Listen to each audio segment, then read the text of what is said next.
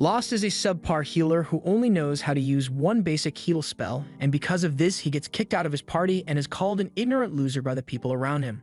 One day in the guild, a girl asks Lost to form a party with him, and this is so surprising that everyone in the guild goes from minding their own business to a state of utter disbelief.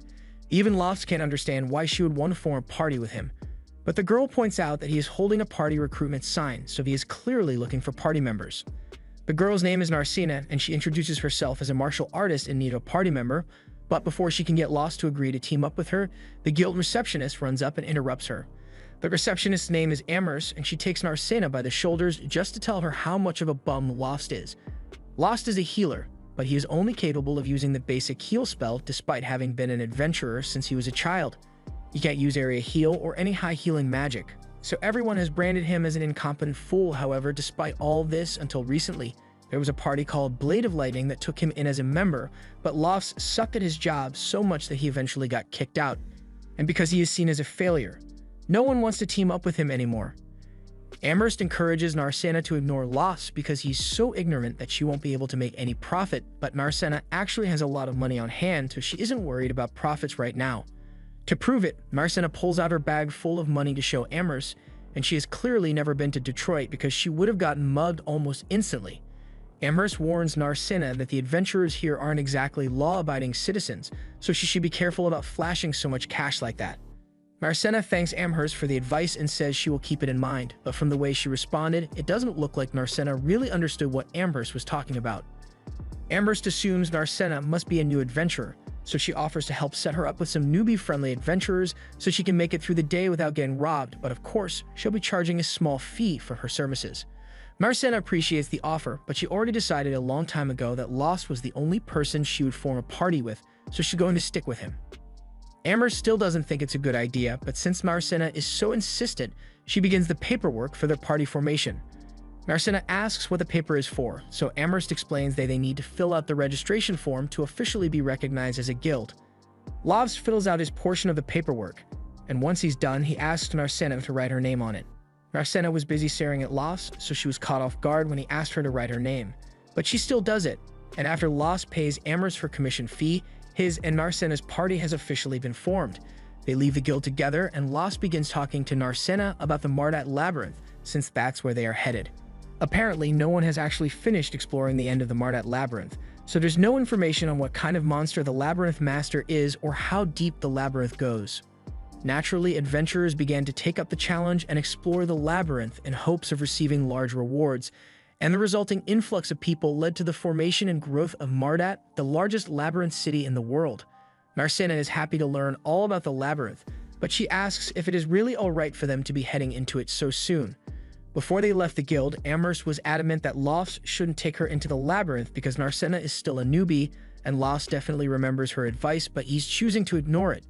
Due to the amount of magical energy that leaks out from the labyrinth, monsters are able to spawn in different locations around the city. These locations are classified as the mountains, the forest, the wetlands, and the plains, but among them all, the plains are by far the safest since only weak monsters spawn there. Normally, a beginner adventurer would start by practicing in the plains so they can get a feel for combat, but it's such a large area that it's pretty difficult to find monsters to fight there. In contrast, monsters appear by the dozens in the labyrinth, and as long as you don't go too deep, you won't run into any particularly strong monsters, so Lost figures it will be a lot quicker for Narcina to gain experience there. Narcina agrees with Lost, so they both continue to the labyrinth entrance, but before they go in, Narcina is eager to contribute to the party, so she says she will lead the way since combatants are supposed to be the vanguard.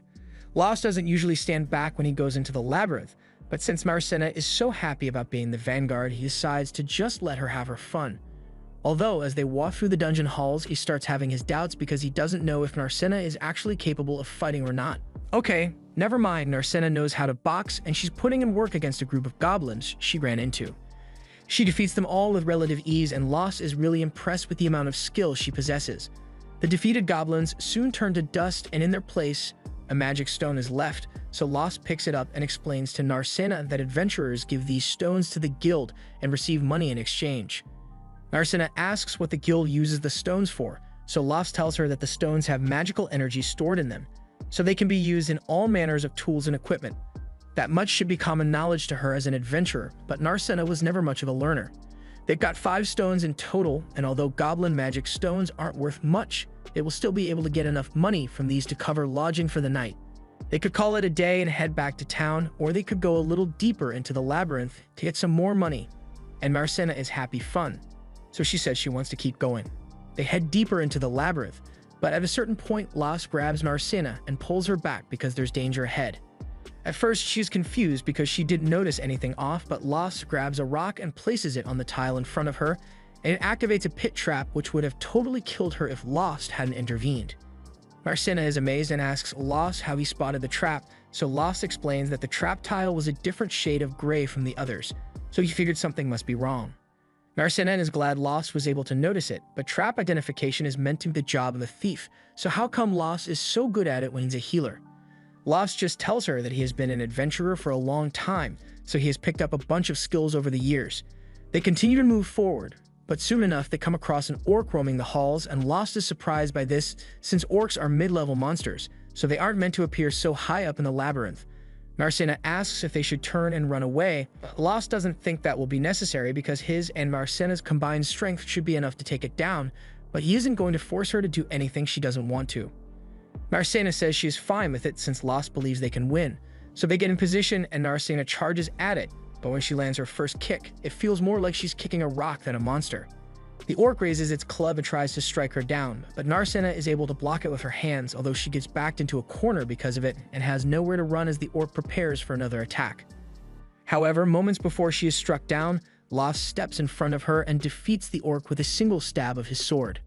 He asks Marcena if she's alright, and she's both amazed and grateful that he was able to save her, but she also wonders how he just did that when he's meant to be a healer. Las says he just happened to pick up a few combat skills over his years of being an adventurer, but that aside, they still need to collect magic stone, so they go to retrieve it, and it's a lot bigger than the ones they got from the goblins. It also has more magic in it, so they will get a lot more money if they sell it. With that said, Las asks her if she wants to call it a day and head back to the guild since they've earned enough money, and she has demonstrated her skills, but Marcena says she wants to keep going a little longer, so Las ends up agreeing. By the end of their labyrinth exploration, they've gathered a lot of magic stones and returned to the guild to exchange them with Amherst. Amherst is surprised that they managed to get this many gems in only half a day, but then she notices the orc gem and begins scolding Las for taking Marcena into the labyrinth when she specifically told him not to. It was really reckless of him to take her to the mid-level floors where she is just a beginner, but Las says he didn't actually take Marcena to the deep floors. They were on the beginner level the entire time, and he only intended for them to fight goblins. But there was an orc roaming on the upper floors for some reason. Marcena confirms that Las is telling the truth, so Amherst believes him, and his story isn't too far-fetched anyway, since there have been a lot of similar reports of high-level monsters showing up in beginner areas. Amherst isn't sure what's going on, but she knows it must mean something bad is going on down in the labyrinth. Although she doesn't get paid enough here to really care. Anyway, she asks if Las is here to sell all these gems, and Las says he is, so Amherst excitedly begins gathering the payment for him.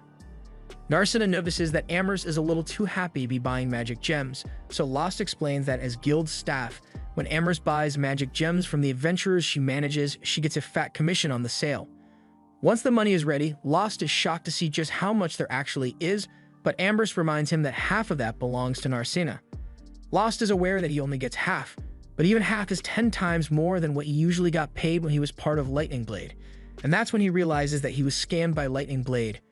Amherst kind of finds the whole thing funny, but Marcena reminds her that it's the guild's job to arbitrate when there are pay disputes, so Amherst says she will help Las get his money back if he wants her to. He thinks about it for a second, but he eventually decides not to bother getting his money back since he has already formed a new party and he wants nothing to do with Lightning Blade anymore. After Las leaves, the guild branch manager comes out, and while Amherst is busy counting her money, Handsome goes up to her and asks if Las was just here, and if so, he hopes she didn't refer him to any parties. Amherst says she obviously didn't refer that idiot to any parties, but there was one girl who specifically wanted to form a party with him, so there was nothing she could do about it. At the same time, Las and Marcena arrive at an inn, and Las is welcomed by the innkeeper's daughter. She asks if Marcena is the girl who recently joined his party, and Las confirms it, but he wonders how she knew about it already. The girl tells him that the news has been getting around since no one ever expected him to be able to form a party, but that aside, she asks if he is her to have something to eat. Lost would love some food, but first, he says he wants to reserve a room, so he goes to talk to the little girl's mother. Mary would be happy to get them a room, so she asks if they will be sleeping together or in separate rooms. Narcissa blushes a little at the thought, but Lost tells Mary that they will be staying in separate rooms, although Narcissa actually kind of liked the idea of sharing a bed with Lost. A little while later, Lost and Narcissa go to bed, and once Narcissa is alone in her room, she begins thinking about the first time she met Lost several years earlier. He had just saved her from an accident and was healing her wound with his basic heal spell, so she was really grateful that he took the time to heal her. So she decided right then and there that she would become an adventurer when she grew up and support Lost in any way she could. Since that day, Narcissa began training relentlessly, and as soon as she heard that Lost had been banished from his party, she rushed over to the capital so she could be the first to team up with him. However, she is just now realizing that Lost probably didn't recognize her at all. Although it's hard to blame him since she did grow a lot taller than she was back then, she was wearing different clothes and her hair color even changed to blue. And even though she came here to help him, it turns out that Lost is so talented that he doesn't actually need her protection, but regardless of whether he recognizes her or not, Narcissa intends to continue to support him no matter what. Still, she can't help but wonder why people in this city call him an idiot, even though he is so strong. Back when Lost was still a part of Lightning Blade, the party was up against a Hydra and one party member has already been injured by it, so it was Lost's job to heal her, while the party leader held off the monster. Unfortunately, while Lost was able to heal the physical injury, the woman was also poisoned, so she asked if Lost could deal with the poison as well. Lost apologizes and tells her he can't actually get rid of the poison, so the woman gets pissed, because that means she has to recover by herself. The leader asks her to stop complaining and get back into the fight already because he can't keep the Hydra busy forever, but with the poison still in her system, the woman is in no condition to fight. The leader asks Lost to get her back in shape, but Lost says he can't do it and that they should have brought an antidote potion with them. The leader argues that he didn't buy one because antidotes are expensive, and that's supposed to be Lost's job as a healer. Since Lost and Siberia aren't going to get much help for now, the leader turns to the mage and asks her to do something to help him because he can't handle the Hydra by himself. So Armia tries using a fling spell, but it does absolutely nothing against the Hydra, so she gets scared and drops her staff. Margulis has given up on his party's incompetence, so he turns around and orders everyone to retreat immediately. Since Margulis gave up, Armia breaks down and runs away as well, followed by Lost and Siberia, who still can't walk, so Lost is helping her. However, as they are leaving, the Hydra keeps a close eye on Lost for some reason. Once they got back to the guild, Margulis took great joy in telling Lost that he was being kicked out of the Lightning Blade party, and he justifies his decision by saying it's Lost's fault that they couldn't defeat the Hydra, although Lost doesn't think he's the only one to blame since both Margulis and Siberia were so excited to battle the Hydra that they stayed up all night and went into the fight sleep deprived. The two of them refuse to accept any accountability for the failure, so they both look to Armia and tell her to decide who is at fault. Armia doesn't want to put the blame solely on Lost, but she also performed terribly during that battle, so she doesn't want Margulis targeting her instead for being useless, and thus she decides to throw Lost under the bus. Lost soon wakes up from his dream, and he realizes that he must still be bothered by what happened to him that day. Back before Lost joined Lightning Blade, he was already known as an idiot healer by everyone in town, although he still dreamed of becoming a first-rate adventurer. So when a party reached out to him with a position, Lost was overjoyed and jumped at the opportunity. However, once they were in a labyrinth, Lost soon found out that they hadn't hired him because they wanted a healer. They hired him because they wanted a human sacrifice to distract the monsters. Lost was tossed out and forced to run for his life while his so-called party members at the time tried to walk past him without a care in the world, but all of a sudden, the monsters turned their attention away from Lost and began attacking the other party members instead, leading to a total massacre. In the end, Lost was the only one who managed to survive, and while he knows it is normal for a weak commoner like him to be treated this way, he still wished that someone would acknowledge him as a real adventurer. Just then, as he was walking home, he came across a carriage that had been attacked by some goblins, and normally he wouldn't care enough to put himself in danger by helping, but he saw how scared the little girl looked, so he threw caution to the wind and ran down to defend her even though he was just a useless healer. He did his best to fight off the goblins, but he still sucked at combat back then, so in a matter of minutes, Bro got knocked out by a club to the back of the head. Lost fully expected to die that day, but he eventually wakes up and finds the little girl standing over him. He wonders how he could possibly still be alive, but then he looks over and notices that the Knight's Order had shown up and defeated all the goblins. He went through all the effort of trying to act heroic, but in the end, it looks like he is still an absolute idiot no matter what he does. However, despite the fact that he didn't do much, the girl still thanks him because his actions bought enough time for the knight's order to make it here, and she thought it was really cool the way he jumped in to save her. Lost notices a scratch on the girl's arm, so he raises his hand to heal her injury, and she is thankful for it. But Lost doesn't think he deserves any praise because low heal is the only thing he can actually do. The girl looks confused, so Lost tells her all about his weakness and how he was just tricked into going into the labyrinth just so he could be used as bait. And she feels sorry that he had to go through such a thing, so she stands up and declares that she will become an adventurer in the future and form a party with him so she can protect Lost. Soon enough, the girl left with a knight's order, and by now, Lost had pieced together that she was the daughter of a noble family, so he never believed she would actually become an adventurer or that he would ever meet her again. But nevertheless, her words gave him courage, so he decided to continue doing his best to become a proper adventurer. He went on a journey and soon found himself a mentor, so under their instruction, he began his training arc and worked tirelessly for countless hours to improve himself. And while as a healer he could still only use basic heal, he developed many other useful adventurer skills, so he was confident that he would no longer be a burden to anyone. And upon returning to pursue his adventurer dream, the first party he joined was Lightning Blade, but we all know how that turned out, don't we? Still, Lost is grateful to that girl, because if she hadn't said those kind words to him that day, probably would have quit being an adventurer once and for all that day. But it's not like he will ever get the chance to meet her again. And there's no way she would have actually become an adventurer like she said she would. Just then, Narcena knocks on his door, so Lost goes to answer it, and she tells him she was thinking about going down to get some breakfast, so she wanted him to come with her, and he happily agrees. After breakfast, they head down into the labyrinth again, and this time they are going for some of the lower floors. As they enter, Narcena spots an inscription in the ground, and it looks like it's a teleportation circle, although she has never seen one in person before. Lost explains that you don't find teleportation circles in every labyrinth, and this one was probably put here by magicians soon after the labyrinth was discovered, although he doesn't have much information about it. Narcena asks if they can use this to teleport to different locations, and that's technically correct, but there still needs to be a teleportation circle on the other side to exit from. That sounds really convenient, so Narcena wishes there was a teleportation circle installed in the city so they didn't have to walk all the way out here. But the knowledge used to create these circles was lost hundreds of years ago, so there's no way to make new ones. They both step onto the teleportation circle, and after a bright flash, they appear on one of the lower floors. Lost tells Narcena that this is one of the mid-level floors, so the monsters here are going to be a lot stronger than the goblins she fought yesterday, and he wants her to be extra careful. Lost and Narcena begin fighting their way through the floor, but Narcena goes off on her own and tries to punch a lich, but Lost warns her against it. Liches are monsters made up of pure spirit energy, so physical attacks won't work on it. Lost suggests they fall back since they don't have anything that can damage the lich, but Narcena says she actually has a trick up her sleeve that she may be able to work against it. Lost decides to trust her, so the two of them face off against the lich, and Lost goes out in front to act as bait. He then starts running away, and as the lich chases after him, he runs past Narcena, who is preparing herself to take the lich down. All people possess a form of spirit energy within them called prana, and as a martial artist, Narcena has training enough that she is able to control the prana within her body and use it as a weapon by covering her fists with it. This way, when she goes to attack the lich, she punches a hole straight through it, and it soon disintegrates like any other monster and drops its magic stone. Lost runs over to check on her, and she seems perfectly fine, aside from the wounds she got on her arm. Lost tells her to stay still for a second because he wants to try something, so he pulls out a magic item that enhances the effects of healing spells and uses it to heal Narcena's wounds.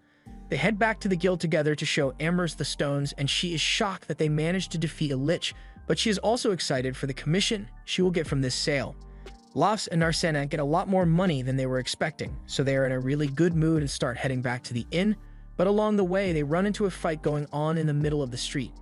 Things like this have been becoming more common over the years as more and more outlaws move into town to become adventurers, and they've been giving all the honest adventurers a bad name. It's a real mess, but there's nothing Lost or Narcena can do to change it, so Lost suggests that they should just enjoy their money and have a fancy dinner tonight. A little while later, Lost and Narcena are seated at their table and have been served one of Mary's best dishes to eat. While they eat, Narcena says she has a question she has been meaning to ask, so she points out to the giant stone pillar on the edge of town and asks what that thing is. At first, she thought it was a building, but it has no windows or doors, and it doesn't look like a monument either, so it's really confusing. Lost shares her confusion and explains that he doesn't know what it is either. He once got curious about it and asked one of the workers about it while it was still being constructed, but the workers didn't know what it was for or who was paying to have it built. Marcena can't believe something like that was possible, but apparently an agent just showed up one day with some money and blueprints, so no one ever met the funder. Still, as strange as it may seem, Lost just chalks it up to some billionaire doing random shit, and he's perfectly fine with that since the towers aren't actually hurting anyone. But he also wishes some of that money could have gone towards building a wall for the city since it doesn't have one. Marcena agrees that a wall for the city would be nice, but at the same time she doesn't think there's much to worry about since with the number of adventurers that live in this city, whether it is monsters or thieves that attack, she's sure they'll be able to fight off any threats. After dinner, they both head back to their room, but before Lost goes to bed for the night, Marcena calls him back. She clearly has something to say, but she can't bring herself to say it, so she just tells him good night and heads to bed. Inside her room, she jumps on her bed and is upset because she wanted to tell Lost that she wants to stay in the same room as him, but she couldn't come out and say it because it was too embarrassing.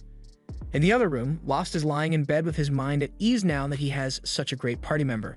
He was able to continue adventuring thanks to that little girl's motivation, and while he doesn't know if he will ever get to meet her again, he has a lot to thank Marcena for. In other news, Margulis has just found a new member for the Lightning Blade party, and while he seems really excited to have Lyra join the team, Siberia doesn't seem to like her very much and Armia is too shy to make direct eye contact. Anyway, now that the team is complete again, Margulis is eager to head out and finally defeat that Hydra once and for all. The party heads back to the swamp to confront the Hydra, and luckily the Hydra hasn't grown its head back yet, so they won't have to do as much work. Margulis quickly comes up with a plan of attack and says he and Leela will attack from the front, Armia will provide magic support, and Siberia will sneak up from behind. He's just about ready to run out into the action, but Leela calls a timeout because there's no way she can be on the front line of an attack as a healer. Margulis is confused because Lost always fought on the front lines with them, and Leela can't believe they were forcing their former to fight out on the front lines, but Lost never seemed to mind. In fact, Siberian recalls that Lost sometimes got some really good hits in, and he was actually the one who cut one of the Hydra's heads off. Leela is in disbelief after hearing this, but Margulis doesn't expect her to do something like that. If she says she can't fight on the front lines, he is fine with that, but to make sure, he asks her if she is capable of casting the Detoxify spell to counter the Hydra's poison, and that's something she can actually do, so Margulis tells everyone to get into position to slay the Hydra today. Back in town, Lost and Marcena have just returned from their latest trip into the labyrinth, and Amherst is glad to see that they've brought more gems to sell to her. But she reminds Lost that he shouldn't push Marcena too far because she is still only a new adventurer, so Lost assures her that he is being very careful about the fights they get into. Amherst is glad to hear that they are being cautious, but there's still a limit to how much can be done with a party of two, so she suggests that Lost and Marcena should think about recruiting some new party members to make things easier for them. Lost agrees that more party members would make things easier, but ultimately, he decides that it isn't worth the hassle since he and Marcena are already making a lot of money as they are. Amherst admits that he's right since with the amount they've been making recently, they could probably rent a house instead of staying at an inn if they wanted to. Marcena had no idea it was possible to rent a house in the city, so Amherst explains that there's a limit to the amount of equipment and items that you can store at an inn, but that's not an issue when you have a private room, although it's quite expensive. But the real value shines when there's a male and female party, so the extra privacy allows for a lot of late-night activity. Marcena suddenly seems really interested in renting a private house for some reason, but seeing as Lost did not react, Amherst doubts late-night activity is a possibility in this case. Speaking of private houses, Lost recalls that Lightning Blade had a private house as well, although they forced him to sleep in the storage closet, so it wasn't very comfortable for him. Amherst laughs at how badly Lost was getting mistreated, but if it makes him feel better, she lets him know that he was actually pretty lucky to have been banished from Lightning Blade. Ever since he was kicked out, Margulis and the rest of Lightning Blade haven't been able to accomplish a single mission. Margulis can't understand why, but Leela can clearly tell that he is too dumb to realize he isn't strong enough to handle a Hydra head-on. Margulis hears her, so he's about to start yelling again, but Leela tells him to be quiet, otherwise she can't concentrate on helping Armia recover. Armia was badly injured and poisoned, so Leela really does need to concentrate, and while she is doing that, Siberia tells Margulis that as much as she hates to admit it, Lost may have been more valuable than they gave him credit for. Even though he sucked at healing, he was still able to get the job done in the end, and he also didn't notice that they were scamming him out of his money, so he was the perfect party member. Margulis is really wishing Lost hadn't quit, but Siberia reminds him that he was actually the one who kicked Lost out of the party, and he made a big show of it too. Margulis had totally forgotten all about that, but if he was the one who kicked Lost out, then he thinks it should be easy to get him back. All they have to do is ask, and he is sure Lost will rejoin the party immediately because, after all, they are the famous Blades of Lightning. So no one would turn down an invitation to join the party, although Siberia is starting to question if she even wants to stay in the party at this point. By the next morning, Leela is finally done healing Armia, so she wakes up and thanks her for the healing, but Leela is just happy she could help. She asks if Armia feels well enough to eat, and since she does, Leela heads downstairs to get some food for her. But when heads downstairs to ask where the food is stored, she realizes Siberia and Margulis are gone, and she has no idea where they went. Margulis and Siberia are currently at the guild, and Margulis loudly proclaims that he is willing to graciously allow Lost to return to his party.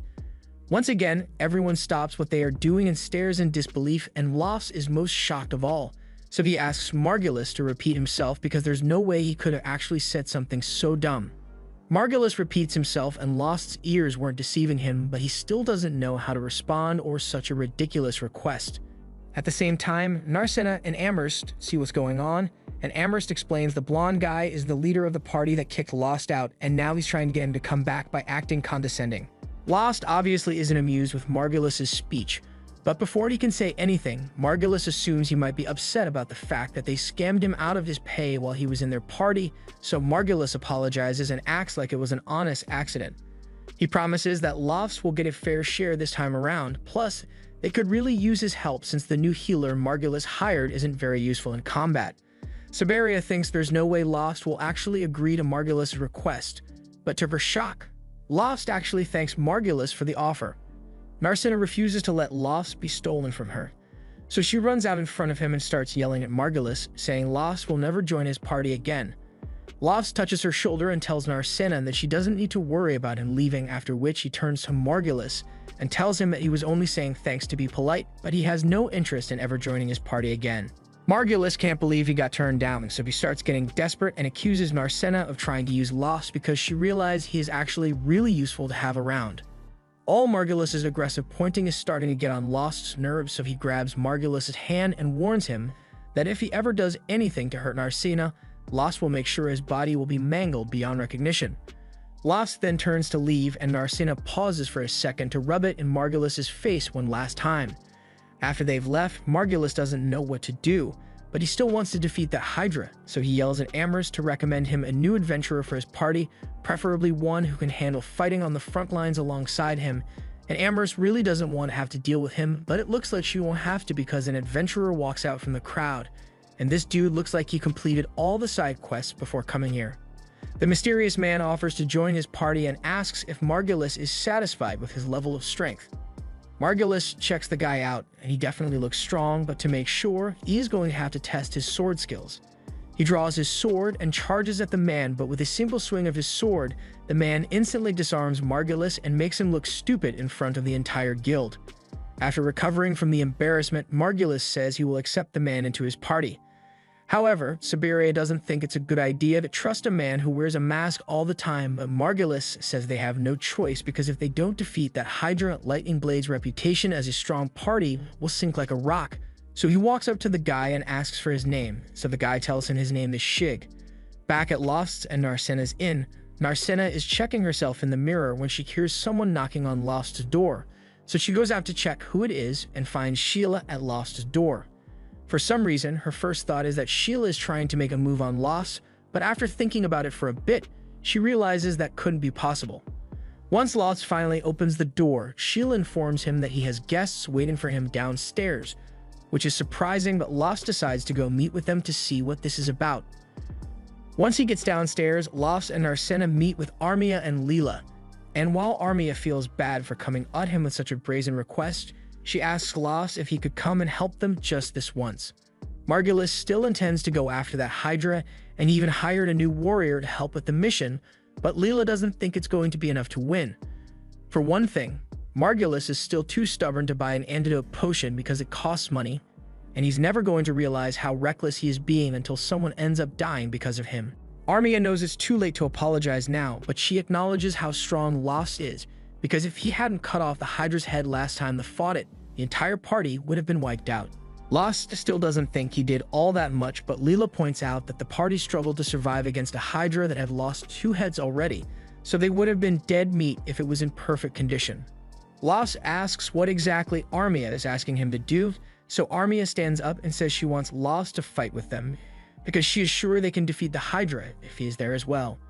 She is basically asking him to rejoin Lightning Blade, but Lost already had this conversation with Margulis earlier today, and his answer remains the same. Marcina wonders why Armia seems so determined to help Margulis out, since this whole ordeal must be horrible for her to deal with. And yes, Armia believes Margulis has a lot of flaws, and I mean a lot, but even so, he's still her party member. Marcina becomes angry after hearing this because Lost was her party member as well, but she did absolutely nothing to support him when he was being mistreated. Armia begins crying and apologizes for what she did to Lost, but at the time she was scared that if she didn't go along with what Margulis said, she would be kicked out of the party as well. She is a new adventurer, so she doesn't know any other parties to go to, but she now realizes that what she did was wrong and that Margulis is wrong for the way he treated Lost.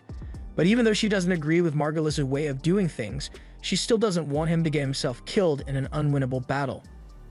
Leela tells Lost that Armia is serious about her apology and she has been agonizing over it for a long time. Leela tells Lost that Armia is serious about her apology and she has been agonizing over it for a long time. So while she understands Lost can decline the request, she asks that he at least consider accepting Armia's apology. Lost gets up and tells Armia that he holds no grudge against her, so he will accept her apology, but he still has no intention of returning to Lightning Blade. Armia is disappointed, but she accepts his answer and says she won't bother him about it anymore. Just then, Mary comes over and she has brought a whole feast to cheer Armia up since she looks like she hasn't been eating well. While Armia is eating, Lost talks with Leela and asks if there is any way for her to take Armia and leave Margulis' party, but if she could have done that, she wouldn't have come here in the first place. Lost knows how Margulis treats people, so he suggests that Leela should leave his party anyway, but Leela refuses to do that since she would be leaving Armia to fend for herself under the leadership of that idiot. The next day, Margulis finally introduces Leela to Shig since they will be fighting the Hydra again today, but she seems to recognize him from somewhere, so she wants to have a word with him.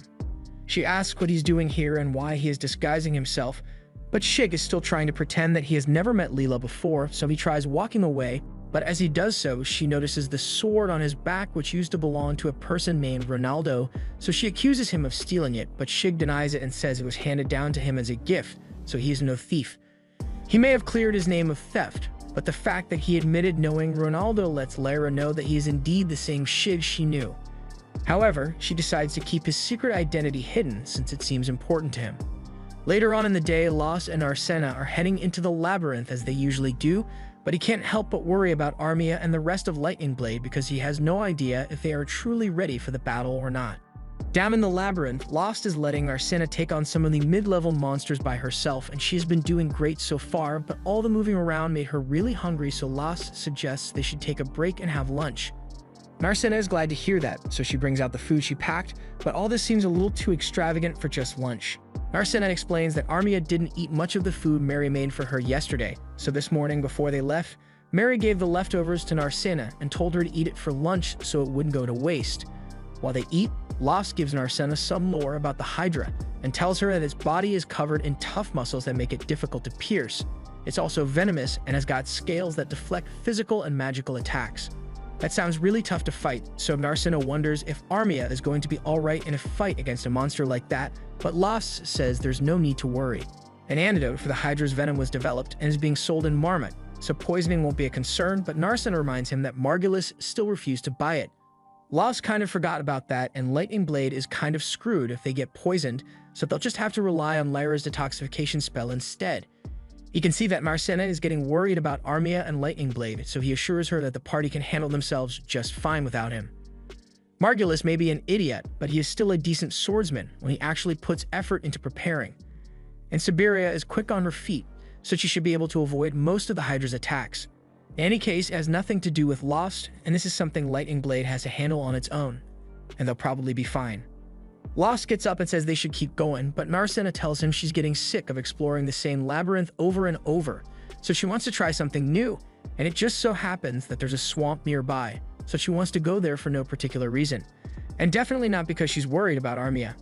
Meanwhile, in the swamp, Lightning Blade is battling the Hydra, and with his exceptional skills, C is able to severely wound the Hydra, and he could have taken it down just now, but he chose to hold back and returns to the ground. Margulis asks C why he didn't finish the Hydra off, and C has his reasons, but to convince Margulis, he tells him it would be much cooler if the party leader was the one who slayed the Hydra, and Margulis agrees, so he charges forward to attack it again. Lara wishes Margulis wouldn't rush into things from the front all the time, but Siberia says that's just how he is. Lara is done healing her, so Siberia is able to return to battle as well, and from what Lyra can tell, Seed is the strongest person in the party, but it doesn't look like he has any intention of joining the fight again, so it's up to the others to finish off the Hydra. Still, his previous attacks left the Hydra weakened and slow, so as long as Siberia can successfully distract the Hydra long enough, Margulis' frontal assault strategy will actually work. Armia is also keeping the Hydra busy with her magic, so if things keep going like this, then the team will eventually win. But just when things were going their way, the Hydra launched a rock and knocked Armia to the ground. It then menacingly looms over her body, and Armia is so scared that the fear literally starts seeping out of her body. Monsters feed on the fear of humans, and normally you shouldn't be able to see fear like this, but it is visible because of an abnormally high amount of mana in the area. Mana concentrations of this level should only be possible in the labyrinth, but the Hydra is taking full advantage of it and begins to evolve. This is truly a frightening sight, and none of the others are capable of handling this on their own, so Seed decides to step in. He asks Lara to take care of Armia and tells Margulis that he has to retreat immediately, but Margulis refuses to back down since they've already done a lot of damage to the Hydra, so it shouldn't be that hard to finish it off before it transforms. He leaps up into the air and attempts to slash the Hydra's head off, but once his sword connects with the monster's head, it shatters and Margulis is left completely defenseless as the Hydra prepares to counterattack. However, before the Hydra could land a fatal blow, Lofts shows up and deflects its attack along with Narcina.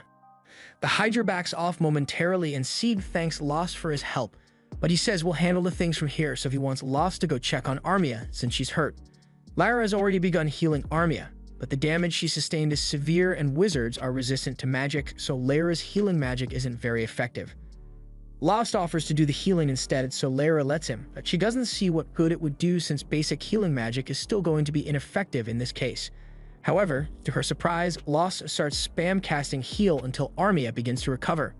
This is the most absurd thing she has seen all day, but Margulis and Siberia don't think there's anything strange about it since this is how Lost always use healing magic, so they thought it was common practice. Lara explains that not only is it extremely difficult to overlay heal spells like that, but she has never heard of it improving the efficiency of a heal spell before. Thanks to Lost, Armia soon wakes up and she is really glad to see Lost, so she thanks him for coming to help, but she soon passes out again. Lost has dealt with most of her injuries, so she just needs to sleep for a while to recover her strength. But just when Lost thought his job was done, the Hydra screeches a battle cry which loosely translates to, "Lost, come at me bro, I want a rematch."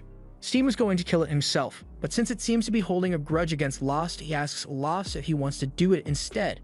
Lost agrees to fight the Hydra, and since Lost is going, Narcina says she'll fight as well.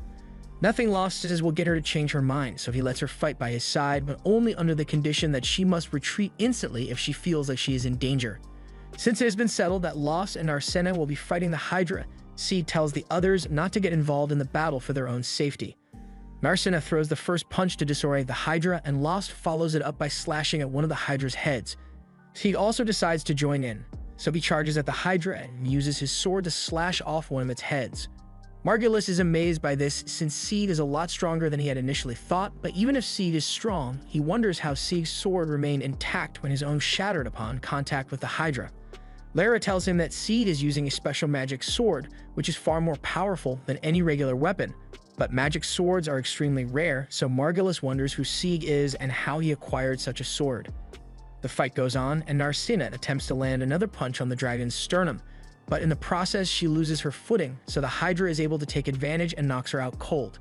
Now it could just kill her, but instead it stares straight at Lost and communicates that it is sick of getting jumped, so it wants a fair 1 versus 1, otherwise it's going to end Narcina right now.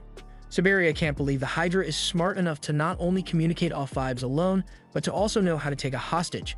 Lost has no other choice if he wants to ensure Narcina's safety, so he asks Sieg and Lara not to interfere from now on.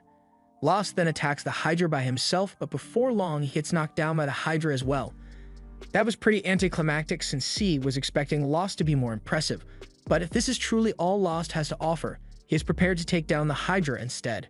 However, as Lost is about to lose consciousness, he reaches out to Narcena in an attempt to protect her, and all of a sudden, energy begins flowing out of his body and he stands back up to face the Hydra.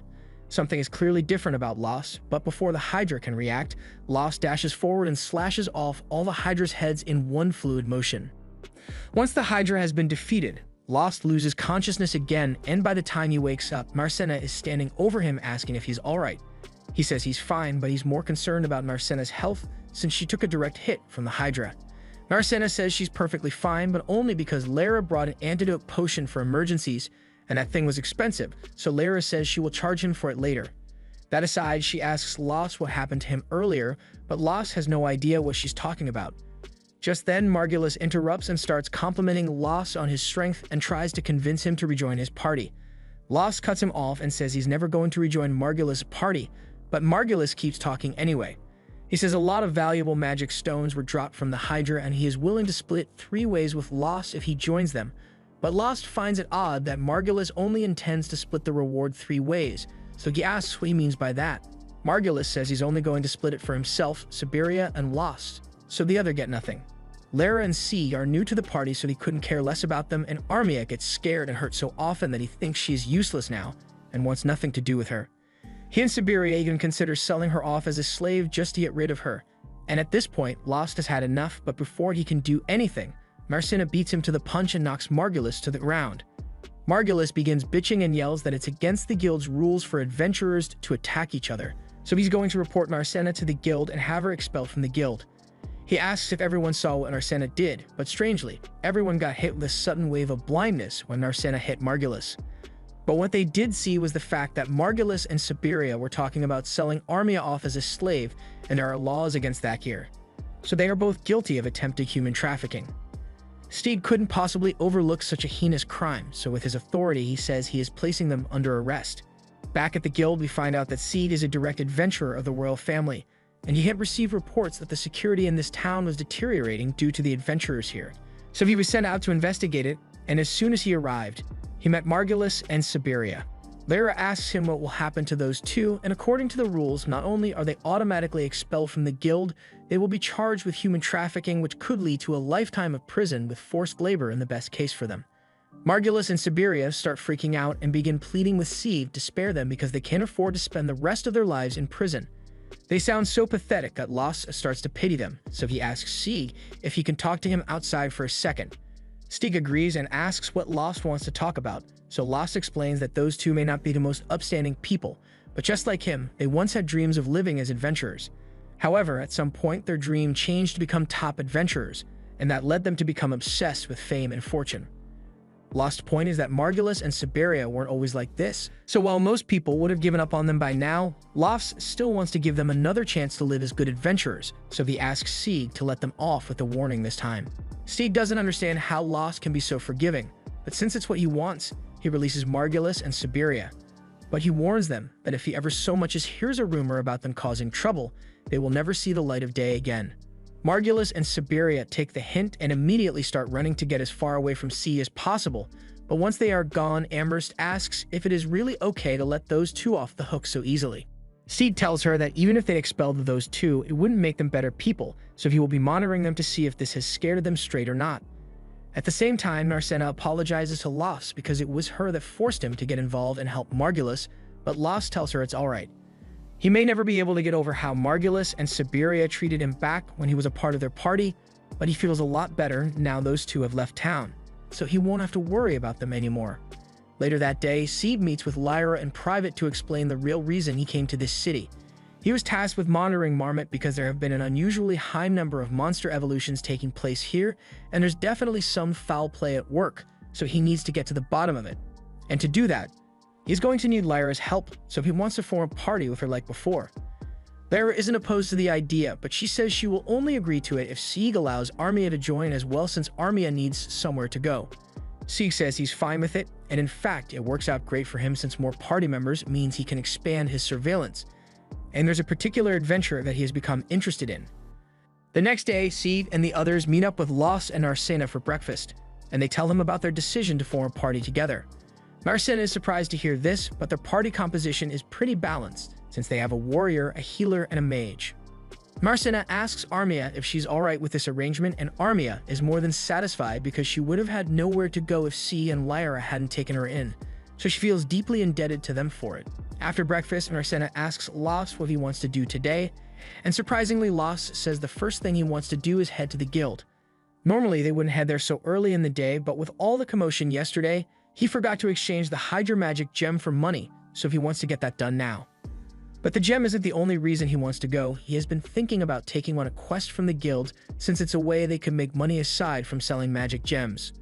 Narcena knows quests involve accepting jobs to do things like defeat monsters, find special items, or act as bodyguards for a group, and in exchange for the service, the guild will pay them money. But she has never considered taking a quest herself before. However, Lost tells her that if she wants to continue doing well as an adventurer, then she is going to have to gain some experience with completing quests alongside fighting monsters. Narcena is touched that Lost is thinking about her so much, but when Lost notices that she has gone quiet, he asks her if something is wrong and his face is a little too close to hers, so she is all embarrassed and tries to change the subject. A little while later, they finally arrive at the guild, but it seems like all eyes are on them for some reason.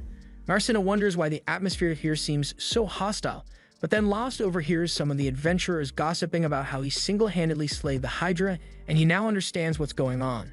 He pulls Narcena aside to warn her that they are going to need to be careful from now on, since the others in the guild have learned about their fight with the Hydra, and there may be some people here who will try to steal a Hydra magic stone from them since it's really valuable. Just then, Lost and Narcena are approached from behind by a group of adventurers, and Lost recognizes the leader as Marnell. Marnell says he wants to have a little chat with Lost, but Lost is hesitant to agree since it looks like Marnell is trying to jump him. Marnell realizes there has been a misunderstanding here, so he tells his guys they are making Lost nervous, so they should go wait outside for a minute. Marnell apologizes for coming to him with such a large group, but when his guys heard that Lost the Ignoramus defeated a Hydra single-handedly, they all got curious and wanted to ask him about it. But before any of that, Marnell wants to sincerely apologize to Lost for not helping him out when he needed it. Everyone in the guild knew that Margulis was mistreating Lost, yet none of them did anything to fix the situation. They all just looked the other way and ignored Lost's issues because they didn't want to have to deal with Margulis, and worse yet, they all mocked him behind his back, so they were just as bad as Margulis. While Marnell may not have done anything to Lost directly, he knows the way he ignored Lost was terrible, so he hopes Lost can forgive him, but Narcena cuts him off and says his apology is not accepted.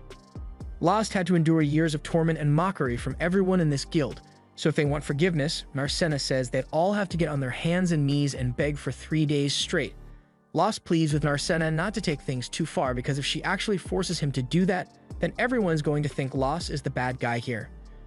Besides, even if he may have defeated the Hydra, Lost is still an inadequate healer who can only use one heal spell, so he doesn't think they were wrong when they called him an ignoramus. Lost clearly hasn't learned anything about self-respect, because he tells Marnell it's okay for people to keep calling him Lost the Ignoramus, and extends his hand for a handshake to show that he has no hard feelings about it. Marnell shakes Lost's hand and tells him that if he ever finds himself in trouble, then he and his party will do whatever they can to help. Now that that's over, Lost and Narcena finally take the Hydra Gem to Amherst so she can appraise it, but Amherst is left in utter disbelief because this is the most unique magic stone she has seen in a long time. The Hydra's mutation caused a drastic change in the composition of the stone, so now she says it might be worth well over 10 times the original price. Monster mutations don't happen often, so any mutated stone would be worth a lot on its own. But this one is from a Hydra, so it's especially rare. The fact that the Hydra mutated in the wetlands is also a problem though, since monster mutations require an enormous amount of mana, and the wetlands normally don't have enough mana to facilitate it. It's possible for mana to accumulate outside the labyrinth, but it's unlikely for that to happen naturally, and there's also the fact that Lost and Narcena encountered a high-level orc on the upper floors of the labyrinth, so there's definitely something going on in there. Narcena asks why the guild hasn't done something about this, like send an expedition out to investigate the cause of these strange occurrences, and that's a good question, so as Handsome, the branch manager, happens to be walking by, Lost and Narcena decide to report the matter to him. In Handsome's office, Lost and Narcena give detailed accounts of the high-level monsters on low-level floors and the Hydra mutating outside the labyrinth, but Handsome doesn't seem to care. Lost tries to convince him that this is a serious issue since if they don't find out why monsters have been getting stronger lately, then other adventurers might end up getting hurt. But once again, Handsome says he doesn't have time to deal with such a trivial matter, and if adventurers end up dying because of something like this, then they were probably better off dead anyway. Lost sees that Handsome has no intention of investigating the events, but even if he's not going to do anything about it, Lost suggests that he should at least post a warning to let people know of the new dangers, but Handsome seems to have a personal grudge against Lost, so instead he warns Lost to either stop complaining or to get out of this town. They aren't getting anywhere with Handsome, so they leave his office and Narcina is really pissed at him for what he said. Lost tries to calm her down and says Handsome is probably too busy to deal with the issue, but that's not why Narcina is angry. She is angry because of the way Handsome treated Lost, because there was no reason for him to be so hostile, but Amherst tells her that that's just the way Handsome is. The master of this guild, Mist, is an old and reclusive person, so they almost never leave their office. That's why Handsome has been left in charge of running the guild, and though he may not be the best person, he gets the job done, so there aren't many complaints about him. The only problem is that he expects everyone to be perfect, so he would constantly berate people for even the slightest mistakes, and that really gets on her nerves. That aside, Lost says he has a favorite ask of Amherst since he was hoping to pick up a quest with Narcina. Amherst is more than happy to help, so she brings out a list of all the quests that are available at the moment and allows Lost to look through it. The quests all seem to be pretty mundane, especially this one about a guy looking for a fishing buddy in the labyrinth, so Narcina is really disappointed. Amherst understands that Narcina thinks it's a bit lame, but she would still be getting paid for it, so it's an official job and she shouldn't look down on it. While Lost is looking through the rest of the list, he notices a quest which involves defeating a monster, and Narcina seems to be a lot more excited about this one since it sounds like it will be action-packed. She says she's interested in taking this quest, but Amherst is a little hesitant to let her have it since it's not exactly a good fit for their party. The quest is to eliminate a phoenix that lives near one of the mid-floor teleportation circles, and if they manage to pull it off, it would earn them a lot of money, but a party consisting only of a healer and a martial artist won't stand a chance against that kind of monster. Lost agrees with Amherst on this since it would be practically impossible to defeat a flying phoenix when they don't have a long-ranged attacker. Amherst says she would only allow them to accept the quest if they had a warrior and a mage, as well as another healer who could use Area Heal to help everyone recover. Lost thinks about it for a second, and he just so happens to know a party with a warrior, a mage, and a healer that could help with this quest. A little while later, Lost meets with Sieg and the others to discuss the Phoenix subjugation mission, and both Lyra and Sieg seem to be on board with the mission, especially since it would make it easier for Sieg to keep an eye on Lost. Before they agree to anything though, Lyra asks Armia if she's willing to partake in the mission, and Armia says she doesn't mind, but she asks Lost if he's sure he wants her to be a part of the group after the way she treated him. Lost says he's not mad at her for what she did, and as long as she acknowledges that the way she acted was wrong, he feels like he can trust her to do better in the future. Now that they've agreed to work together, they need to begin preparing for the mission, so everyone heads to the market to start shopping for the gear they will need. After shopping for a while, Lost tells Narcina that he wants to stop by a medicine shop so he can get a few medicinal creams, because burn wounds heal a lot faster if you use medicine on them, in addition to healing magic.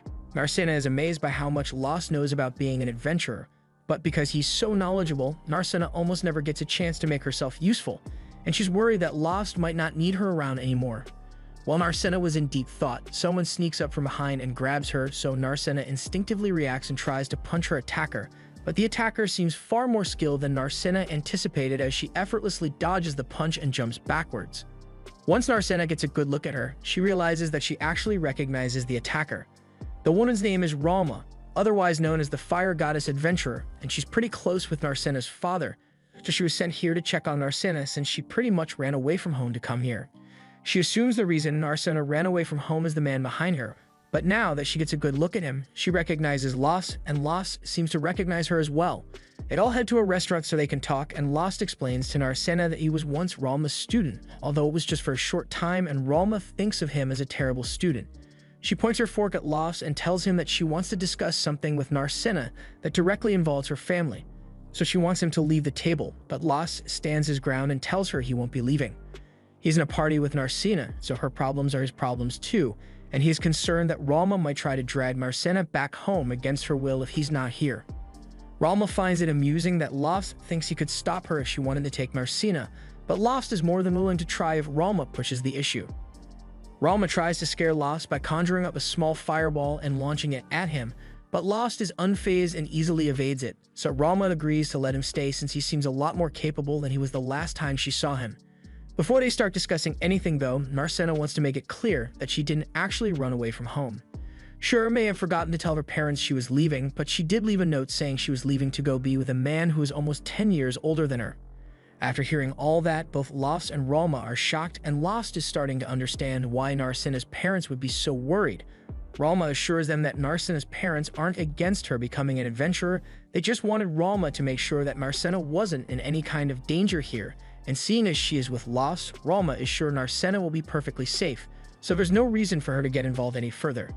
Ralma lets the two of them go on with their shopping, and she's glad she made sure Narcena is alright, but that wasn't the only reason she came to this town. Her main mission is to figure out what the guild master, Miss, is plotting, because there's definitely something sinister going on in this town.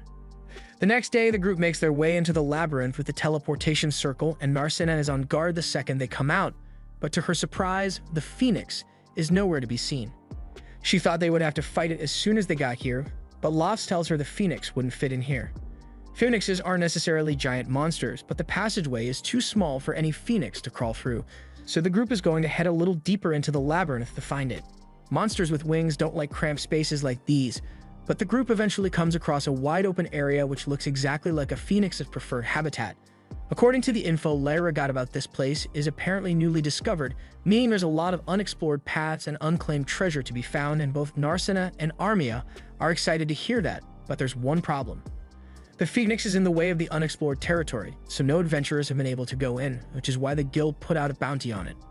Lost examines the area and finds some scorch marks on one of the broken pillars, so now that he has confirmation that the Phoenix was indeed here, he throws a rock out into the room to make noise and lure the Phoenix to his location. Before long, the Phoenix makes an appearance in all its blazing glory, and the group is ready to take it on.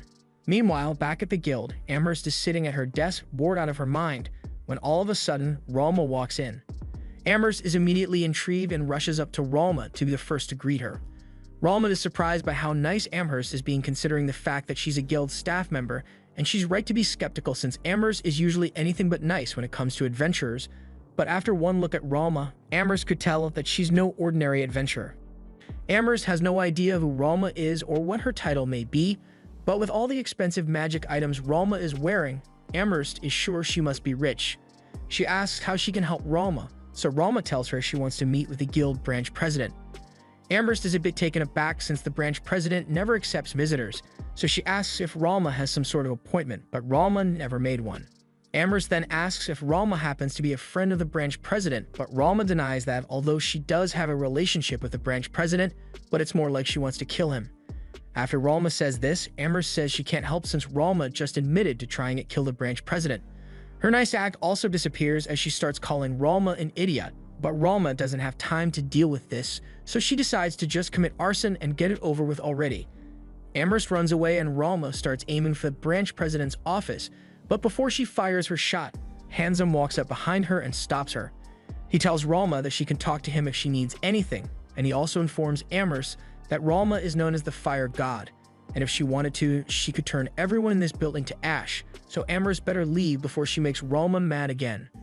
Back in the labyrinth, the Phoenix hasn't come down at all, so neither the swordsman nor Narcena are going to be able to attack it. With how things are going, Lost wishes he had brought a bow instead of a sword, but Narcena thinks they should be fine since it's not like the Phoenix can attack them from way up there.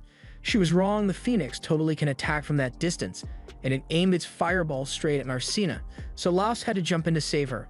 After he gets her to safety, he explains that while the Phoenix also attacks with its claws and fiery body, it can also launch long-distance fireballs, which makes it tricky to handle. Back at the guild, Ralma speaks with Handsome in his office, and before they start, he asks her if her complaint is about the situation in the labyrinth as well.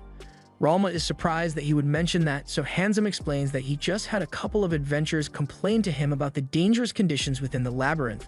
Ralma asks how he responded to their complaint, but all Handsome did was tell the adventurer to leave town if he doesn't like the working conditions. That doesn't seem fair, but that's beside the point because Ralma has a different complaint to make. She has noticed that there are a lot of thugs in this city acting as adventurers, and she believes the guild is intentionally bringing them here.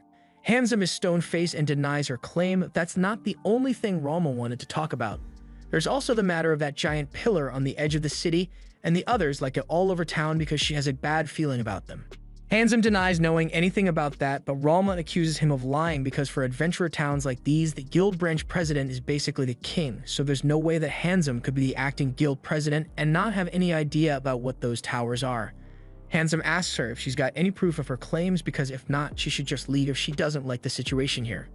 That's another reason Ralma is suspicious, because not only did the guild bring those borderline criminals as adventurers, all the decent adventurers who complain about the guild's actions are told to leave the town. Ralma is just speculating here, but she thinks the guild might be planning something that involves sacrificing a bunch of adventurers in this town. So they are filling it with criminals who no one would miss and telling all the decent people to leave instead. And that sounds a lot like someone is planning a labyrinth rampage. Down in the labyrinth, the group is still having trouble dealing with the Phoenix and its fireballs. So far, none of them have been hit, but with all this fire, sooner or later, all the oxygen in the room is going to be burnt up, and they won't be able to stay any longer if that happens. Right now, the Phoenix is just trying to drive them out to protect its territory since it knows it can't beat the 5 of them in a fight, and that means they can escape if they need to. But they are here on a quest to take this thing down. So they got no choice but to fight it. Steve asks Armia if she knows how to use water magic, and it's not her specialty, but she says she can cast a water area attack. Even if she can't completely wipe out the Phoenix, if she can at least take out a bunch of its feathers, then it should be enough to bring the monster to the ground and allow Seed to finish it off. There's still a bit of a problem since it will take Armia a while to cast her spell, but until then, Seed promises that he will make sure she isn't harmed. Lost and Arsena are also going to be there to help, so she can rest assured that the plan will work. Armia agrees to do it, so everyone charges forward and begins drawing the Phoenix attention. While they have it distracted, Lara tells Armia to get ready so she begins casting her spell and forms a water arrow. Once she is done casting, she fires it at the Phoenix, and the spell takes out one of the monster's wings, so it falls into Seed's range of attack. Once the opportunity is presented, Seed draws his sword and stabs into the Phoenix's chest, but the cut was too shallow to be fatal, so the Phoenix is able to fly back up and perch on a nearby pillar. They may not have been able to take it down with that strike, but the wound Seed inflicted has done a considerable amount of damage to the Phoenix, so if they keep up this pace, they should be able to defeat it. Back at the guild, Handsome tries to dismiss Ralma's claim that a labyrinth rampage will occur, but given the recent events that have taken place in this town, she believes is more than likely to happen. The most concerning indicator is the incident with the Hydra evolving outside the labyrinth, and as much as Handsome has been trying to ignore the problems that have been arising, he can't deny that the ambient mana levels in this area have been insanely high recently. In fact, while that conversation was going on, the Phoenix down in the labyrinth began taking advantage of the high mana levels and started evolving. Lost's group sees this, but by the time they realize what's going on, it's too late to stop it because the Phoenix is already transformed and is now glowing bright blue. Narcena is confused because Lost told her evolutions are supposed to be rare, and Lost is just as confused as she is because 2 high-level evolutions happening in the span of a few days is completely unheard of. Armia starts freaking out after the monster evolves, and if she ends up passing out in fear like last time, since monsters feed on fear, she's basically going to become a power plant for the Phoenix. On top of that, if Armia isn't able to overcome her fear on her own, then she's always going to be a useless adventurer. The Phoenix catches a whiff of Armia's fear and immediately locks in on her, spitting an extra large fireball in her direction. There's plenty of time to dodge, so Lara yells for Armia to run, but Armia is frozen stiff by fear, so Lara is forced to run up and drag her out of the way, but they aren't going to be able to get out of the way in time. At the last second, before the two could become charcoal, Seed jumps in and slashes the fireball in two. He made a promise that he would not let Armia be hurt, and no matter what, he's going to keep his word, so he pleads with Armia to get back on her feet and fight with him. Hearing this, Armia finally snaps out of it and realizes that her friends are going to die if she doesn't get her act together. So she stands and apologizes to them, but she's ready to cast her spell, but she's going to need them to buy her some time.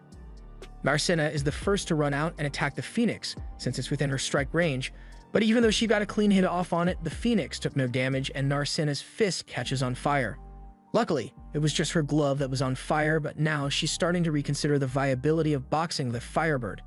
The Phoenix comes back for round 2, and Narcena has no way of defending herself, so Lost jumps in and blocks its attack with his sword. Unfortunately, the Phoenix's flames are insanely hot, so while he manages to save Narcena from getting burned by using his sword, he no longer has a sword to use. Thankfully, while Narcena and Lost were engaged with the Phoenix, Armia had enough time to finish casting her next spell, and while it's difficult to perform 2 attack spells in a row, she managed to successfully fire a massive ice arrow at the Phoenix and take out one of its wings. Sieg then runs out in an attempt to finish off the Phoenix, but at the last second, it starts flying again and Armia doesn't have enough energy to fire another spell, so it looks like they might be screwed. But just then, Narcina comes up with an idea and starts climbing up using some broken pillars until she's above the Phoenix. And now that she has the high ground, she uses a spirit kick to knock the Phoenix back to the ground, and the second she does, Lofts shows up and uses his dagger to finish it off. After the Phoenix disappears, everyone begins congratulating Armia for doing such a good job since they never could have defeated the Phoenix without her attack magic. Armia is so glad that she finally made herself useful that she breaks out in tears and thanks everyone for their support. While Armia goes to pick up the magic crystal, Sieg and Lyra talk to one another, and they comment on how Lofts didn't end up transforming like he did last time. They have no idea what happened to him back then, but until Sieg can figure out what's going on with him, he will have to keep a close eye on Lost. The group returns to the inn after that, and Ralma is already there waiting for them. She congratulates Lost for successfully taking down the Phoenix, and Lost appreciates it, but he wonders how Ralma could have possibly known about that. Ralma mentions that she met this particular guild receptionist earlier today, and she told Ralma everything about Lost's mission in exchange for some money. Since Lost and the others came back alone, Ralma assumed they must have succeeded, and that means they will get a lot of money from it, so she asks Lost to treat her to dinner. Lost ends up agreeing, but he knows Ralma can't handle her alcohol, so he asks her to hold back, but she's not going to listen to him. Once the food arrives, Narcina tells Ralma that the food here is wonderful, but Ralma says she prefers the food they serve back at the mansion. Armia is confused when Ralma mentions a mansion, so since none of the others seem to know about Narcina's family, Ralma explains that Narcina is the daughter of Earl and Alestria. This shocks everyone, but is especially shocking to Lost because he finally realizes that the girl he saved all those years ago was really Narcina. Later that day, Handsome goes to meet with the guild branch president in his office and informs him that there was yet another mutation, but he also has other news to report. So he tells the branch president that Ralma is in town, and this pleases the president since having his disciple around is going to be helpful. The next day, Lofts and Narcina are in the guild to exchange the Phoenix magic gem for money, but when Amherst brings out their payment, Narcina is outraged because it looks way too small. Phoenix gems are meant to be really valuable, and on top of that, this particular Phoenix was evolved, so it should be worth a whole lot more than usual. So Amherst must be trying to scam them if she says this is the only money they will receive. Now, Amherst may be a money-hungry opportunist, but she's no thief, so she assures Narcina that the money in that pouch is large enough to cover the value of the Phoenix gem and encourages her to take a look for herself. Normally, the guild pays adventurers in silver coins, but it would take hundreds of thousands of silver coins to pay for the gem, so Amherst opted to exchange everything for gold coins instead to make it easier to carry. Narcina is stunned once she sees that Amherst was telling the truth, and she doesn't really know what to say at this point, so Lofts just tells her to accept the coins already and pays Amherst her fee before walking off without another word. Amherst is always happy to receive money, but she noticed that Lofts seemed a lot more quiet than he usually is, so she asks Narcina if anything happened between the two of them.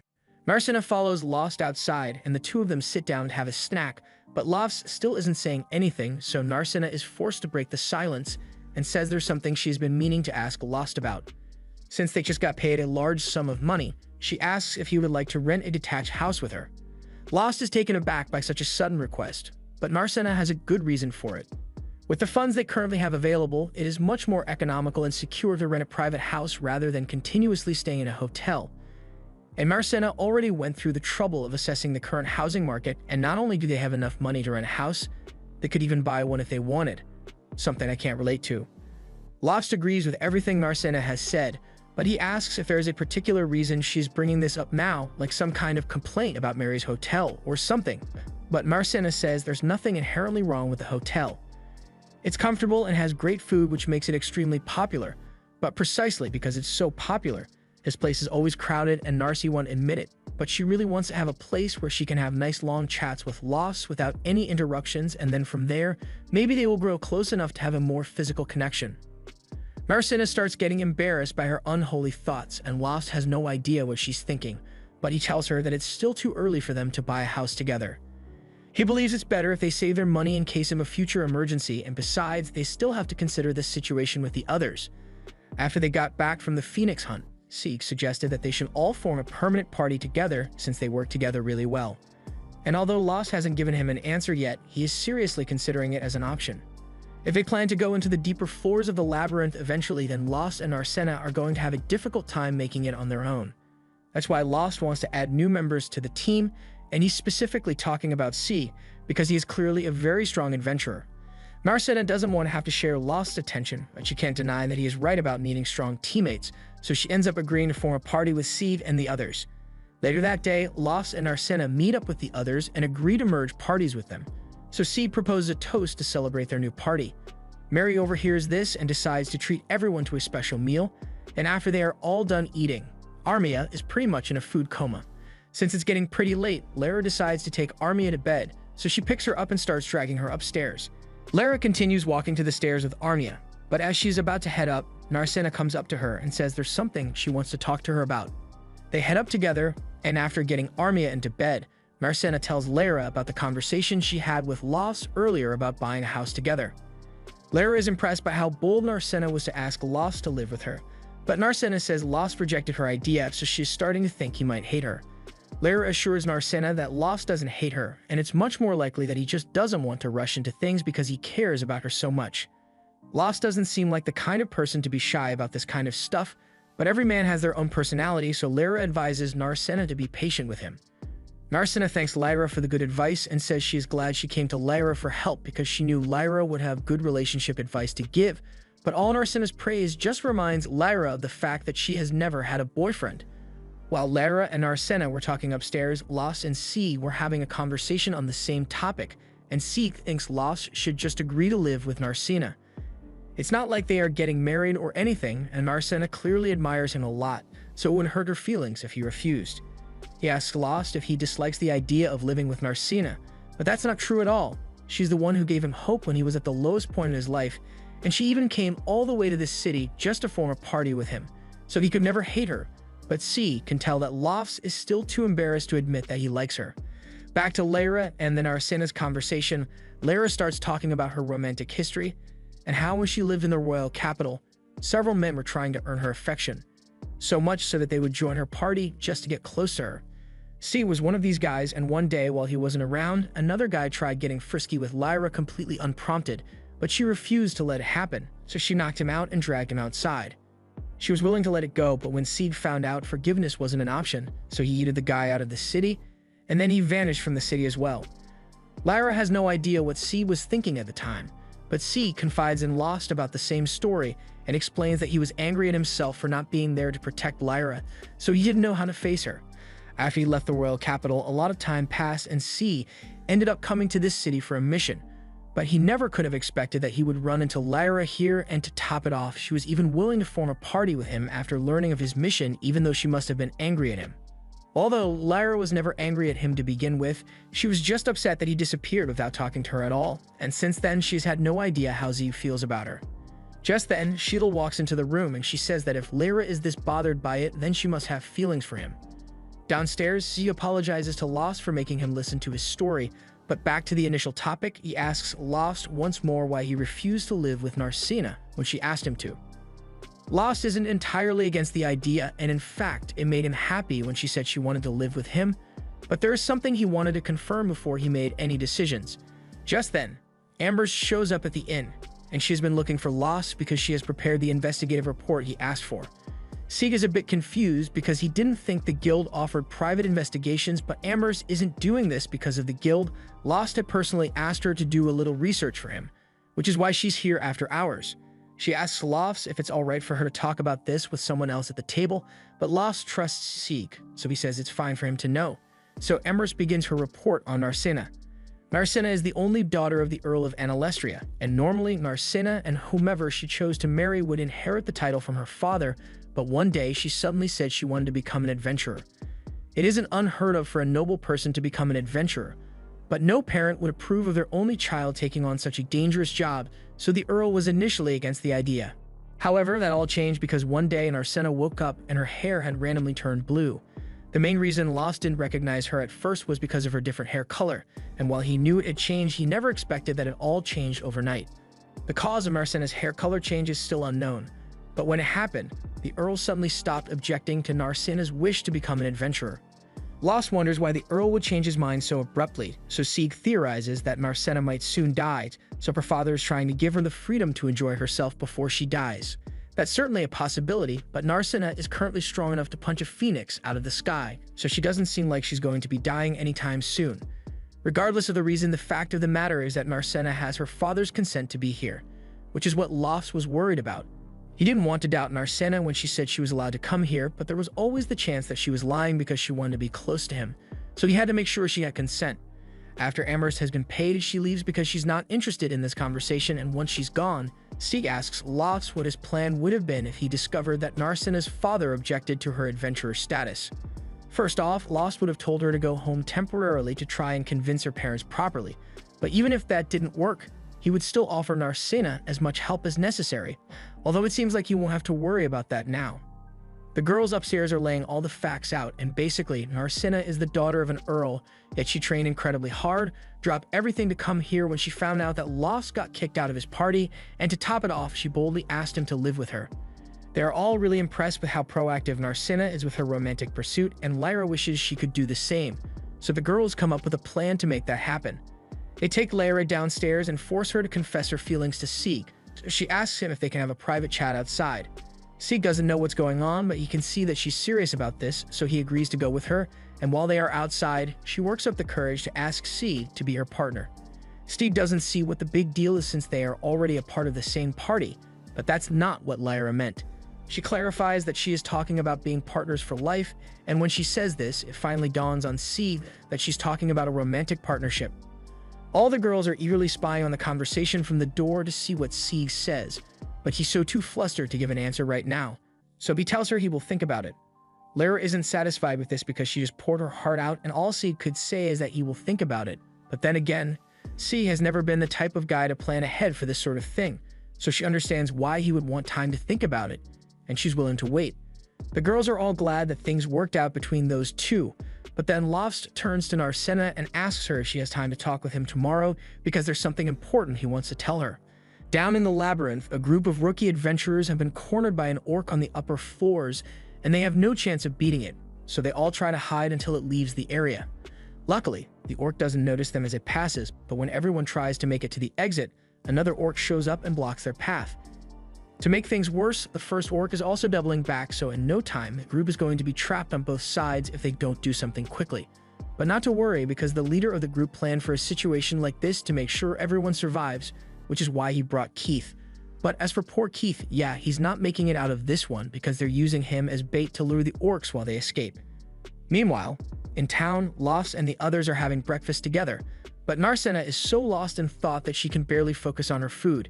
Sieg and Lyra are starting to get worried about her, and they assume she's acting this way because Lofts said he had something important to tell her, but he never told her what it's about or when they would have this conversation. So she's constantly daydreaming about what it might be. Lyra tells Lofts he should probably hurry up and have that discussion with Narcena, but Lofts doesn't want to rush into it because it's a very serious matter. However, if he doesn't get it over with soon, Narcena is going to start eating flowers at some point, so he decides to have that talk after all.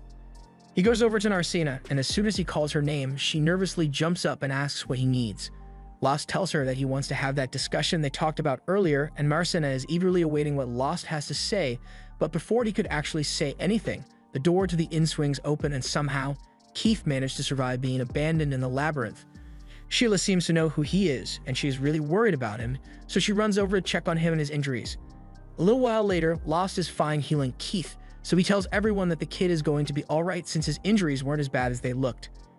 For now, Lyra and Sheila are going to be looking after them, but the others are a bit confused to hear this because it makes sense for Lyra to look after him since she's a healer. But why does Sheila need to be there? Mary comes over and explains that Sheila has been friends with Keith since they were little. Keith is a labyrinth orphan, and he's the same age as Sheila, so Mary couldn't just abandon him, which is why she'd often let him hang out and eat with them. She grew fond of him, so she would have happily let him work at the inn, but Keith wanted to become an adventurer, so she let him follow his dreams. He even looked so happy when he told her he got accepted into his first party, but look at how that turned out for him. Lofts apologizes to Narcena, but he's going to have to talk to her later because there's something he needs to take care of first. Lofts already called in a favor to help track down the people that ditched Keith in the labyrinth, and the guild members have already beaten them up pretty badly for what they did. They offer to let Lost decide the punishment for the treacherous party, but Lost thinks they have been beaten badly enough already, so he tells everyone to cut the party loose, but he makes it clear that he never wants to see the party anywhere near this city again, so the party runs off. Amherst understands why Lost asked for everyone's help to punish that party, but disputes between adventurers are meant to be handled by the guild, so she can't condone them taking actions into their own hands. The adventurers are enraged to hear that since the guild did absolutely nothing to stop those people from abandoning Keith in the first place, and it's not like they were taking any other actions to get justice. Amherst admits that the guild's response to these kinds of situations is pretty lacking, but she has orders from management that she has to follow. Just then, Handsome shows up and starts scolding the adventurers for daring to take matters into their own hands and banish that party. He tells them they had no right to do that, but the adventurers clap back and yell that Handsome has no right to say that to them when he did literally nothing to solve the problem, but Lost tells everyone to calm down and says he will talk to Handsome to air out their grievances. Once Lost meets with Handsome, he explains everything that happened, and while Handsome still isn't pleased that the adventurers handled it by themselves, now that he knows the full story, he understands why they did it. Lost asks him why he doesn't do anything to prevent these kinds of situations, because other cities at least have policies in place to protect Labyrinth orphans from being treated as bait. But Handsome counters with a simple question and asks if any of those policies would be enforceable down in the Labyrinth. Cities can make all the fancy rules and regulations they want, but if it doesn't result in any beneficial changes, then there's no point in wasting time and money on it. Lost asks if Handsome intends to just abandon all the Labyrinth orphans that end up getting used as bait, but he tells Lost he is mistaken about something. Handsome has always made it clear that anyone who doesn't like the way this city operates should leave, and that's not just because he doesn't like complainers, it's because he believes people should only become adventurers if they can handle it.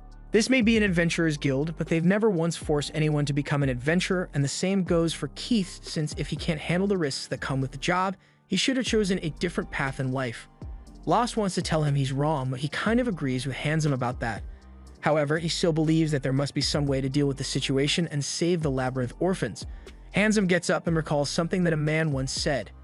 As an adventurer, the incompetent are as good as dead, so it's best to be prepared from the start. Lost should remember those words because Handsome was the one who said that to him years ago, and to jog his memory, Handsome shows Lost the scar he got from their time together. Years ago, when Lost was still starting out as an adventurer, he and Handsome got suckered into being the luggage carriers for a party of adventurers, and Handsome was being treated particularly poorly, so Lost offered to help him carry some of his luggage to lighten Handsome's load.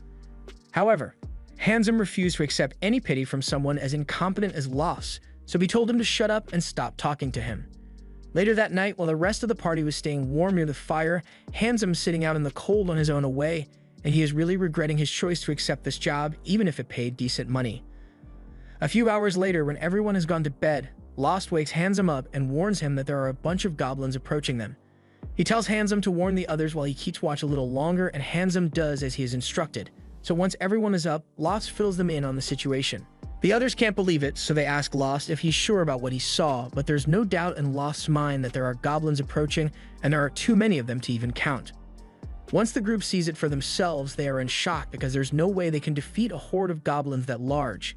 Their best chance at surviving is if they run away, but the group leader thinks it'll be too risky to run away like this, so to buy some time, he and the others in the party decide to use Lost and Handsome as bait to distract the goblins while they escape.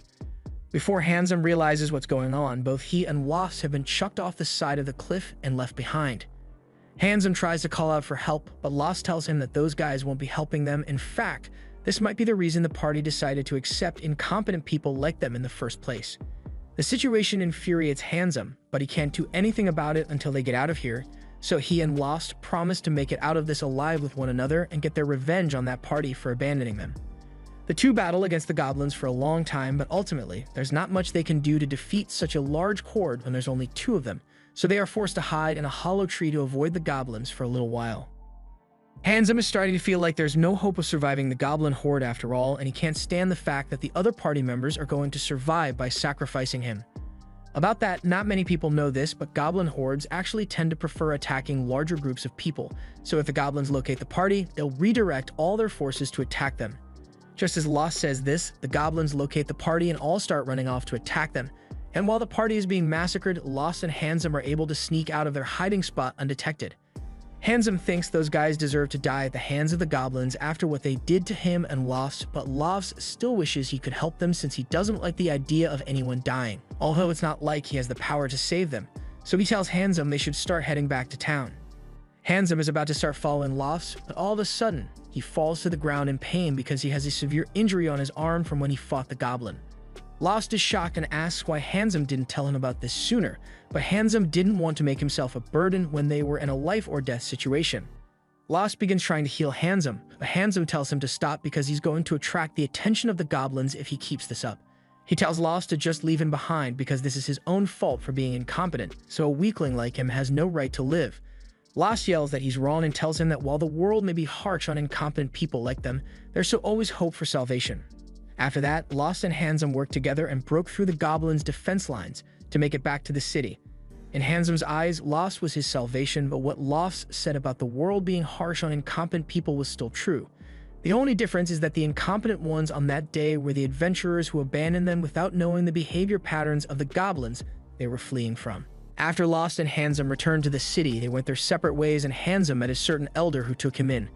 Handsome learned a lot of things from this person, and eventually he was able to stand on his own feet as a competent adventurer. The elder who took him in as the guild master missed, and that explains how Handsome became a guild employee and is acting as the guild master's right-hand man. But Handsome didn't say all this just because he wants to reminisce about the old days. He is greatly indebted to Lofts for saving him on that day, so he wants to return the favor. He tells Lofts to leave this city for his own good, and he's not saying this as a threat, but as a genuine warning because he doesn't want Lofts to get caught up in what's about to come.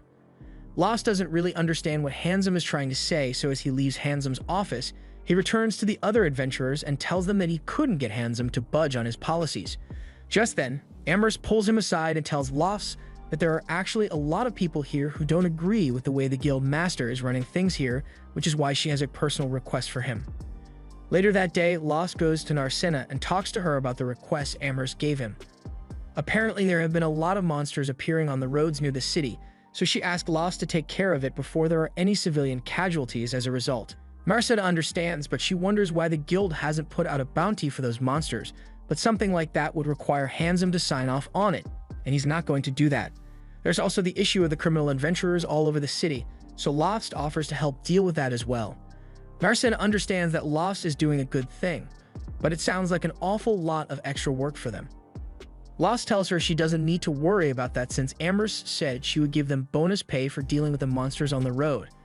But since this isn't a guild-approved mission, she's going to be paying the reward out of her own pocket. She really doesn't want to, but she feels like it's only fair since Lofts is going out of his way to help. Later that day, Handsome goes to meet with the guild master and brings him a letter that arrived from the Prime Minister. The letter is basically a reminder from the Prime Minister for the guild to keep an eye on Narcissa, but Handsome doesn't understand why Narcissa would be important enough for the Prime Minister of the land to be so interested in her. He asks Miss for an explanation, so Miss tells him about the story of the evil dragon and the sleeping princess. It is a popular fairy tale in this world where the princess sacrifices herself to defeat the evil dragon, but Miss tells Handsome that it is not a mere story. It is a prophecy that must be fulfilled, and the sign that someone has been chosen by the gods to sacrifice themselves as the sleeping princess is the sudden manifestation of blue hair. A description that perfectly matches Narcissa. This was the end of episode 8. Subscribe to not miss the next part.